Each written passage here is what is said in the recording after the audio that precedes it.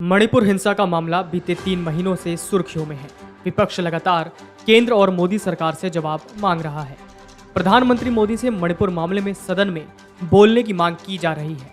इस बीच बंगाल विधानसभा में मणिपुर पर एक प्रस्ताव पेश हो गया है। इसके बाद सदन में बीजेपी विधायकों को बोलने का मौका भी दिया गया। बीजेपी विधायक शंकर घोष ने कहा, बंगाल की सरकार कितनी गंभीर है, ये इससे पता चलता है कि इसका समय कम कर दिया गया।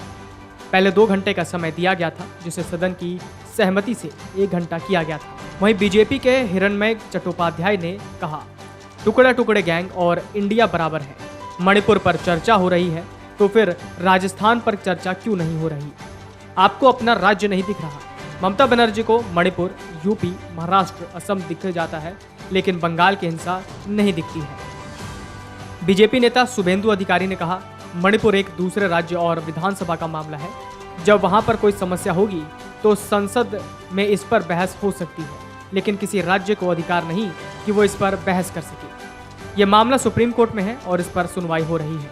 ये आपने राजनीतिक फायदे के लिए किया है। सिर्फ इंडिया लिख देने से ही इंडिया नहीं हो जाता है। 2021 से लेकर अभी तक जो मौत हुई है उस पर कभी चर्चा नहीं हुई। तृणमूल नेतृत्व ने पहले ही प्रस्ताव लाने की घोषणा की थी।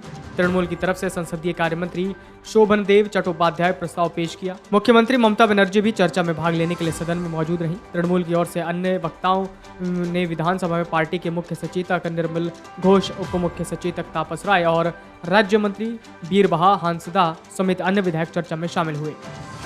सिलीगुड़ी से भाजपा विधायक शंकर घोष ने कहा, राज्य सरकार अपनी विफलताओं से ध्यान भटकाने की कोशिश कर रही है। तृणमूल किस मुंह से मणिपुर पर चर्चा चाहती है, जब बंगाल में पंचायत चुनाव में हुई हिंसा में 55 से अधिक लोग मारे गए। मालदा से लेकर हावड़ा में महिलाओं को निर्वस्त्र घुमाने से लेकर यहां महिलाएं हर दिन अत्याचार का शिकार हो रही हैं।